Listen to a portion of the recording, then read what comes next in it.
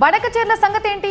AP జల దోపిడీని ఆపండి అంటూ జీఆర్ఎంబీ ముందు తన వాదనల్ని గట్టిగా వినిపించింది తెలంగాణ రాష్ట్రం.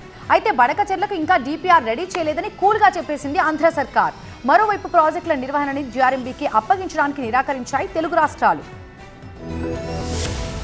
హైదరాబాద్లోని జలసౌధలో గోదావరి నదీ యాజమాన్య బోర్డు సమావేశం వాడివేడిగా జరిగింది. బనకచర్ల ప్రాజెక్టును ఏపీ ప్రభుత్వం రహస్యంగా చేపడుతోందని ఆరోపించారు తెలంగాణ అధికారులు. ప్రాజెక్టు అంశంపై బోర్డుకు కేంద్రం నుంచి లేఖొచ్చి 5 నెలలు గడిచాయని, కానీ కేంద్రం తమకు కనీసం సమాచారం ఇవ్వలేదని మండిపడ్డారు. బనకచర్లపై ఏపీ ప్రభుత్వం నిజాలు బయటపెట్టాలని డిమాండ్ చేసింది తెలంగాణ. వరద నీటి పేరుతో ఏపీ 40,000 క్యూసెక్కుల నీటిని తరలిస్తోందని తెలంగాణ ఆరోపించింది.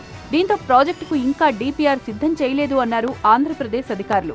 అయితే సరైన ఇన్పుట్ లేకుండా ప్రాజెక్టు కొనసాగిస్తే ఆందోళన చేస్తామన్నారు తెలంగాణ అధికారి రాహుల్ బొజ్జా. ప్రాజెక్టులకు సంబంధించిన డిపిఆర్లను తెలంగాణ అధికారులు బోర్డుకు అప్పగించారు.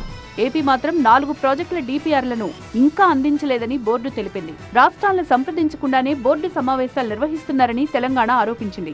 జీఆర్ఎంబీలో డెప్యుటేషన్పై పనిచేస్తోన్న అధికారులను, మహిళలను అజిగేషన్ వేధిస్తున్నారని బోర్డుకు ఫిర్యాదు చేసింది. ఈ వ్యవహారంపై ప్రత్యేక కమిటీ వేసి విచారణ జరపాలని తెలంగాణ డిమాండ్ చేసింది.